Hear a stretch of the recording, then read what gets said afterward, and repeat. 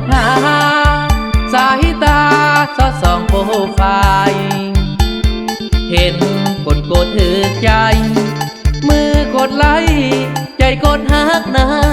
งอยากคอมเมนต์ไปมอบความในว่าอายหักเจ้าแต่กะบ่กล้าเว้าย่านกลัวเขานั้นอยู่เคียงข้างได้แต่จอบส่องเบิ่งรูปน้องบ่กล้าเฮ็ดหยังสาใจ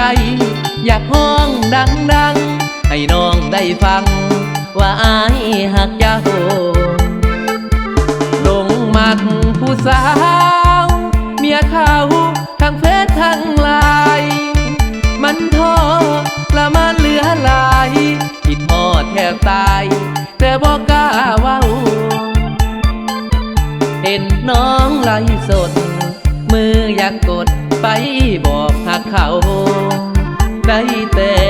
กระซิบเบาๆใส่มือถือมือแอบกดไลน์กดเข้ามือถือยามใดได้แต่แนมจ้องแอบหักคนมีเจ้าของ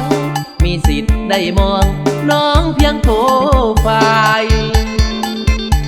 บอกกล้าเว้าหยังยานนางน้องบ่เป็นใจก็เลยได้เพียงกดไลค์ส่วนว่าหัวใจกดฮักให้เจ้า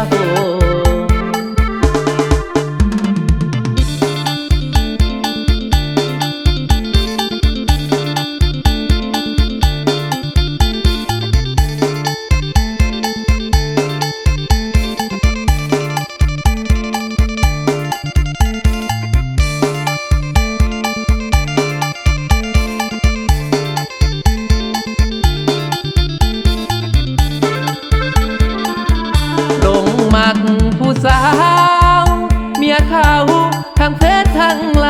น์มันท้อละมันเหลือหลายคิดฮอดแทบตายแต่บ่กล้าเว้าเห็นน้องไลฟ์สดมืออยากกดไปบอกหักเขาได้แต่กระซิบเบาๆใส่มือถือมือแอบกดไลค์เข้ามือถือยามใดได้แต่แนมจ้องแอบหักคนมีเจ้าของมีสิทธิ์ได้มองน้องเพียงโปรไฟล์